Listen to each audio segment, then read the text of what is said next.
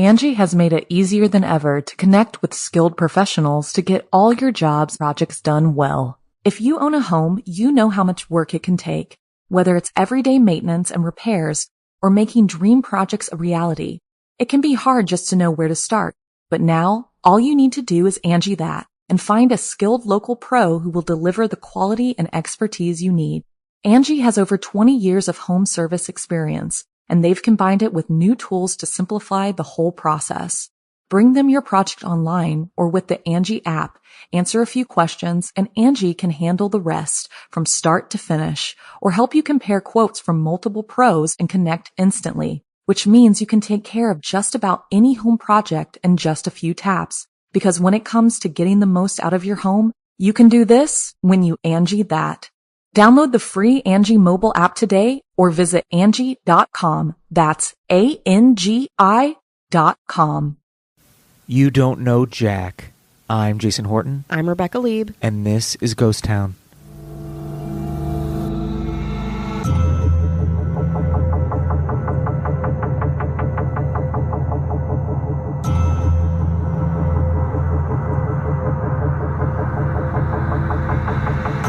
Though Jack the Ripper is maybe the most notorious terrorizer of Victorian England, he's certainly not alone.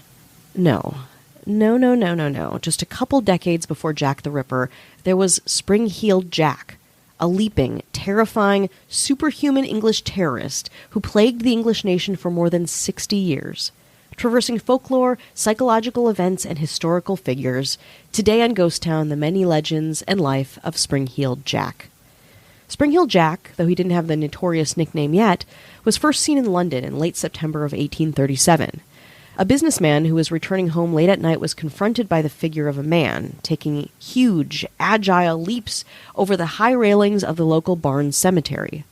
The mysterious figure landed directly in front of the man, stunning him but not attacking him, and then vanished into the night. The man was able to give a description of what he saw, quote, a muscular man of devilish features that included large pointed ears and nose and protruding, glowing eyes. Soon after, an English woman named Polly Adams and her two friends encountered a similarly moving individual, only this time it wasn't an encounter but a full-fledged attack. Polly was separated from her friends when the lanky, muscular man tore at Adams' clothing and scratched her stomach with what she would later describe as, quote, iron-clad fingers. In October of 1837, a servant named Mary Stevens was walking to her place of employment when a strange figure leaped from a dark alley, managing to trap her within his arms and, as with Polly Adams, scratched her up with claw-like hands that were, quote, cold and clammy as those of a corpse. Petrified, Stevens let out a loud scream, and many rushed to her aid. Meanwhile, her corpse-handed attacker scuttled off into the night. As described in historian Mike Dash's extensive study of the figure's reported appearances, more and more began to report these bizarre attacks, really more like harassments or assaults from a ghost, imp, or devil in the shape of a man or a bear or a large white bull, and not just in the streets, but at people's homes. The through line, at least at this point, was that this leaping, dark, claw-handed, well-dressed, often, figure would ambush people in dark areas or ring someone's doorbell and then proceed to claw at them. Similar reports continued to trickle in through the rest of 1837, with theories that the attacker was maybe a ghost, a bear, like I said, or even the devil. More and more disparate reports would eventually lead to the theory that this mysterious monster might actually be a man, a human, and a well-to-do one at that, who would dress up, sometimes in a suit, sometimes in red shoes, sometimes in armor, or a cloak, or all of the above, leap around and scare people as a kind of a strange bet, or a perverse fascination. Soon there was official recognition of the attacks by Lord Mayor of London, Sir John Cowan. I didn't know the UK had mayors at this point. Maybe you did. He discussed all of these bizarre Spring-Heeled Jack incidents at a public house session on January 9th, 1838. I will say for the most part he was pretty skeptical of all the reports, believing that they were incredibly exaggerated. But he did recount one letter of complaint that he felt he needed to validate and share. It said, quote, it appears that some individuals of, as the writer believes, the highest ranks of life, have laid a wager with a mischievous and foolhardy companion, that he durst not take upon himself the task of visiting many of the villages near London in 3 different disguises, a ghost, a bear, and a devil, and moreover that he will not enter a gentleman's gardens for the purpose of alarming the inmates of the house. The wager was, however, been accepted, and the unmanly villain has succeeded in depriving 7 ladies of their senses, 2 of whom are not likely to recover, but to become burdens to their families. And on the servant coming to open the door, his worse-than-brute stood a no less dreadful figure than a spectre clad most perfectly. The consequence was that poor girl immediately swooned and has never, from that moment, been in her senses. The affair has now been going on for some time, and strange to say, the papers are still silent on the subject. The writer has reason to believe that they have the whole history at their finger ends, but, though interested motives, are induced to remain silent. A lot of wordiness, but in conclusion, the mayor tried to reassure people of London that this degenerate leaping man-devil would be caught, and that he was doing damage, but likely the attacks were perpetrated by a gang of wealthy men who had nothing better to do, not something supernatural. That being said, the attacks did not stop. The police did not dismiss these stories, and even the Duke of Wellington, although nearly 70 years old, went out one night armed on horseback to hunt and kill the monster. He, of course, was not successful, or this episode would be considerably shorter. On February 9th, 1838, less than a month from the mayor's voiced concern in that wordy letter, the sun rose on fresh snowfall, illuminating hundreds of miles of hoofprints, not from 4 legs, but from 2, like some kind of satyr, or hooved beast, walking concernedly upright. Beginning in Totnes and ending in Littlehem, the prints were seen by hundreds of people as they zigzagged through gardens and over rooftops and walls. Inexplicably, some of these prints were not on snow at all, but seemingly burned into the ground. As more and more counts poured in, the Victorian press began to catch on. It was not long until the attacker was editorialized and given some creative names, including the more popular, the Park Ghost, and of course, Spring-Heeled Jack. But the most famous and scariest Spring-Heeled Jack stories were yet to come. We'll get to them after this break. Angie has made it easier than ever to connect with skilled professionals to get all your jobs projects done well. If you own a home, you know how much work it can take, whether it's everyday maintenance and repairs or making dream projects a reality.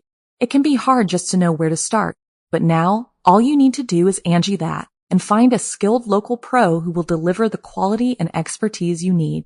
Angie has over 20 years of home service experience, and they've combined it with new tools to simplify the whole process. Bring them your project online or with the Angie app, answer a few questions, and Angie can handle the rest from start to finish, or help you compare quotes from multiple pros and connect instantly, which means you can take care of just about any home project in just a few taps. Because when it comes to getting the most out of your home, you can do this when you Angie that. Download the free Angie mobile app today or visit Angie.com. That's ANGI.com. Hi, hello, how are you? Hello. How are you doing? How's it going out there? We're checking in. This is the check-in. Okay, sounds good. Sounds good? Everyone good? Yeah, everyone Is everyone good? Okay. And I'm going to leave you guys here. There's some pizza in the fridge. Yeah. There's $20 on the countertop. And I don't have... sex. Well, yeah, definitely don't do that. But don't have any friends over. Don't have any friends. No, because we'll know. Yeah, we'll know. We'll know if you have friends or have sex. Mm-hmm. We'll know. It's not. There's no cameras. There's no cameras. Just the camera in my mind. Yeah. Great. We want to say hello to anyone who's listening, supporting us, spreading the good word of Ghost Town. Thank you, thank you, thank you so much. Mm-hmm. I also wanted to say, when we were doing this episode, talking about Spring-Heeled Jack, and I was like, oh, like the Morrissey song. So that's where my aged, horrible personality comes in. That's my contribution to this. It's perfect. It's perfect. Is a Morrissey song. Yeah, you're bringing it to contemporary spaces. Yeah. And to me, it's contemporary, but it's not. It's probably a 30-year-old song at this point. I did not know Morrissey had a song called Spring-Heeled Jack. That's where I am. Uncool. Why would you, though? I don't know. Chapel Roan. Chapel Roan, baby. Yeah. It's my brat summer. Well, there are some of our government that there's a little folklore around them, too. Uh-huh. There's a little mystery. Wow. There's a little mystery around I'm them. learning so much about our government. Yeah, they got a little twists. The mayors. We got Taco Bell holding cat.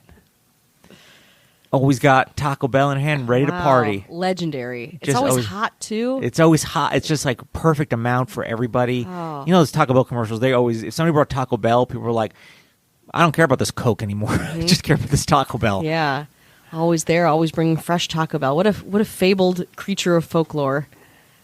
Well, you know her as Cat Joselle. Hello. This one's a little more sensible. Tissue carrying Casey. Oh, very important. You Very always need a tissue. I do right now, even. Always need a tissue. You never think to bring, I'm too cool for tissues, but you know when somebody's got tissues, you're like, thank you for this. It's like a commercial where like someone's got a stuffy nose and a hand like goes into the frame and it Yeah. has like a pristine tissue that you would just take and you're like, thank These God. are good quality tissues. This is no Yeah. junk. No, this is not bullshit. This is Kleenex. It's got lanolin in there or Yeah. something like that. Exactly. For your soft Aloe. nose. Yeah. That would be tissue holding Casey Weber. Hello. This one's a little more rockin'. Ooh, a little more Yeah, rock and yeah. roll than tissues? Yeah. It's guitar pick holding Marissa. Okay, she doesn't play. She just holds it. She just always has a pick in case she's at a concert or whatever, Mm-hmm. and the guitar player's like, I don't have any more picks. I can't play anymore. Boom! It's like that commercial where the hand comes in the frame, but it's not a tissue, it's a pick. And it's a Thank God. perfectly weighted guitar pick, a medium, large, soft. Ooh, I didn't realize they were different sizes. There are. I'm a rocker Oh, okay. by trade. Yeah. Saving the show, Marissa Rothermill. Hello. And this mayor is change for $1 having Matthew. Always got change for $1. Wow. Some people need change for $1. Some meters still need coins, and I hate that. Yeah. And chances are I might have $1, but I need that change. Yeah, you need those coins. And someone who's going to save the day and save some of us a parking ticket. It's Matthew Clemens LeRae. Thank you. Wow, these folkloric superpowers are all just having stuff. Yeah. This is very helpful. Cool. This one's very helpful. Extra phone cord having Kelly. This actually is very helpful. It's really helpful. This is Saves very- the day. Listen, you forget... Dead phones? No, thank you. Yeah, you got to plug in. And it's just like whatever one you might need. If you, I don't know, have some weird Samsung. Yeah. Sorry, I'm really elitist. You're in Europe. Yeah. You And need- you're like, I need the adapter in Europe, and everyone's like, it's different in France and it isn't in Great Britain. That's Kelly Meehan. Hello. And then there's our governor, better known as all-knowing, everything having avian. Yeah. Has the answers, has the things. Will you get it? Maybe. Yeah. Maybe, but they have it. If you can dream it, they have it and they know it. You don't even know what you have or need until they tell you. Yeah, you're like, oh, you need this. You think you don't have something? You think you need something else? You know shit. Yeah, like She I can't does. find my debit card right And now. she's like, but you're going to need this key to this room. And you're like, oh, my debit card plus many more in this key to this room. My mind is blown. My Yes. mind is blown. Well, that would be our governor, Avian Noble. If you want no ads, no chit-chat, bonus episodes, just the good stuff, head on over to patreon.com/ghosttownpod. You want to get back to Yes. England? We're back. We're in England, where Spring-Heeled Jack, a terrifying figure known for having hooves, leaping, and seeming to look like a well-dressed man or bear or ghost most of the time, is terrorizing the people of London and beyond. And the instances came fast and furious, the most famous being the evening of February 20th in 1838, when 18-year-old Jane Alsop answered her father's front door to a man claiming to be a London policeman. As she opened the door, he yelled out to her, quote, "For God's sake, bring me a light, for we have caught Spring-Heeled Jack in the lane." According to the story, she ran back into the house, grabbing a candle, and she ran back towards him. And as she ran back towards him, she noticed he was wearing a long, dark cloak. As she handed him the candle, he threw the cloak to the ground and began spewing oddly colored flames from his mouth. Jane Alsop later described the man to London magistrates, saying, quote, "He was wearing a kind of helmet and a tight-fitting white costume like an oilskin, and he vomited blue and white flames." Then, I think you know where this is going, the man grabbed hold of the terrified girl and clawed at her with his sharp fingers. Jane's sister heard her screams and ran to her side, dragging her back into the house and slamming the door. Perhaps one of the weirdest parts of the story, of many weird parts, is that as soon as Jane Alsop's sister slammed the front door, the attacker actually knocked again, and then waited for a response. When he got none, according to the the sister's testimony, he simply disappeared. A mere 8 days later, on February 28, 1838, the second most famous Spring Heel Jack incident occurred. 18-year-old Lucy Scales and her sister had just finished visiting her brother, a butcher, in the suburb of Limehouse. Walking home around 8:30 p.m., Lucy and her sister passed an alley, where they noticed a man standing at the entrance. As the two girls walked closer, they noticed the man was wearing a long, dark cloak. All of a sudden, he grabs Lucy and vomits, quote, a quantity of blue flame into her shocked face, blinding her and frightening her so badly that she suffered from seizure-like fits. Surgeon Charles Purcell would later say that, quote, she was suffering from hysterics and great agitation, in all the probability the result of fright. The Alsop and Scales cases took place far closer to the city of London, hence them having far more attention paid to them. In fact, eyewitness reports of Spring Heel Jack continued popping up all over the country, with copycat attackers captured here and there, trying to take advantage of the legend. On April 14, 1938, the Times newspaper went on to print a story from the Brighton Gazette, telling the story of a gardener in Rose Hill, Sussex, who encountered a creature, quote, in the shape of a bear or some other four-footed animal. The creature growled loudly, getting the gardener's attention fairly quickly, climbed onto the garden wall, ran along the top of it on all 4 feet. It leapt down off the wall and then proceeded to chase the terrified gardener for some time until it once more scaled the garden wall and then just ran off. Though this story feels a bit more, again, animal-like, it gets lumped in with the Spring Heel Jack lore because, of course, the signature state of the figure, the leaping, the threatening, powerful jump, which, again, kind of transcends Spring Heel Jack's form, be it human, animal, ghost. At this point, you could find any number of penny dreadfuls depicting a Spring Heel Jack figure clutching a woman in one hand and twiddling a vaudevillian mustache in the other. And the devil was in the details of this character, a kind of supernaturally leaping cad, one who tormented the women of England with violence, threats, and vexation. Other details compounded about the perpetrator, including having eyes, quote, like flaming red wheels, and the ability to vomit those flames, again, usually blue and white. Of course, all of it seeming more and more like mythology. But the more Spring Heel Jack's fame grew, the less frequently reports about him were made, until 1843, when a new wave of sightings swept the country. That's when attacks on carriage drivers became much more common. Spring Heel Jack made a series of appearances at a military base in Aldershot, where he harassed and terrified sentry guards in 1877. In 1904, Spring Heel Jack made what is considered its last confirmed sighting in Liverpool, where he was witnessed leaping up and down the street before jumping onto the rooftops and bounding away. Of course, many plays, novels, and again, penny dreadfuls feature the Spring Heel Jack character, and that were written about and discussed throughout the second half of the 19th century, cementing his status as a figure of urban legend and exaggerating the already insane attributes of the character. Think the ability, again, to leap over buildings. As time went on, reports of Spring Heel Jack sightings grew even more bizarre, perhaps fueled by popular fictitious accounts. Even more superhuman traits were attributed to him, including the ability to leap through the air and over whole cities. So, who or what was Spring Heel Jack? There are many different theories as to what exactly Spring Heel Jack was. The most grounded, if not the most popular, is that Spring Heel Jack was a man named Henry de la Poer Bursford, the Marquis of Waterford, an Irish nobleman. During the late 1830s, Henry was often in the news for acting crazy, breaking into places, vandalizing public property, and starting drunken brawls. He himself had his own fun nickname, the Mad Marquis, based also on his famed contempt for young women and his outbursts towards them. It was known that he was in the London area by the time the first incidents of Spring Heel Jack were reported, and in 1880 he was named as the perpetrator by E. Cobham Brewer, who said that the Marquess, quote, used to amuse himself by springing on travelers unawares, to frighten them, and from time to time others have followed his silly example. But by 1842, the Marquess married and settled into the quiet suburb of County Waterford, and reportedly led an exemplary life until he died in a riding accident in 1859, which wouldn't account for the later Spring Heel Jack incidents. Then there's the theory of mass hysteria, rooted in the fear and paranoia around the idea of an ominous, horrifying perpetrator who could leap out from an odd, shadowy street corner and attack, or wind up on your front door to spit fire or claw at you, might have fueled the greater public reaction and more sightings. Additionally, his skill in evading capture and not seeming to age with the passing of time built up the Spring Heel Jack character, the threat that didn't go away in the minds of the public for a long period of time. And then there's the paranormal explanations as to what Jack was, from a demon, an alien, or even a manifestation created to cause spiritual turmoil.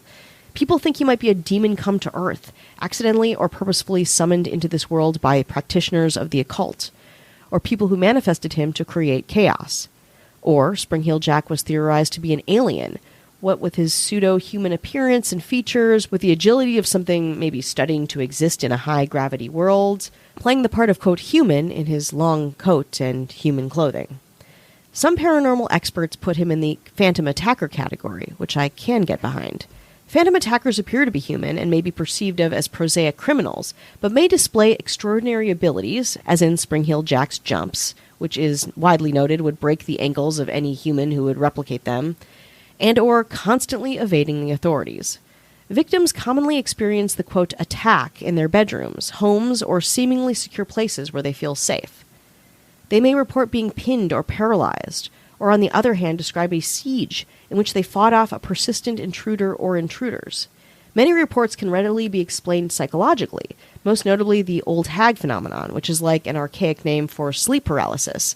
That's a good example of this phantom attacker kind of mode of understanding, which again kind of traverses both this scary paranormal and, of course, intrinsically psychological human state, often verified by many, but again, whose physical presence can't really be pinned down, and there's no tangible evidence kept.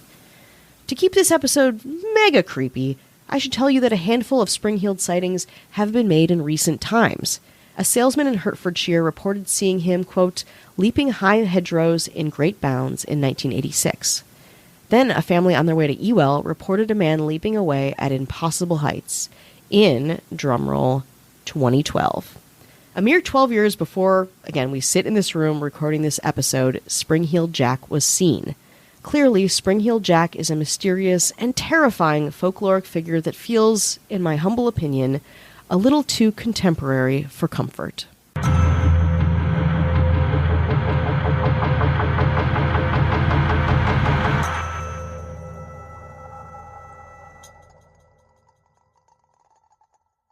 Angie has made it easier than ever to connect with skilled professionals to get all your jobs projects done well. If you own a home, you know how much work it can take, whether it's everyday maintenance and repairs or making dream projects a reality. It can be hard just to know where to start, but now all you need to do is Angie that and find a skilled local pro who will deliver the quality and expertise you need. Angie has over 20 years of home service experience, and they've combined it with new tools to simplify the whole process.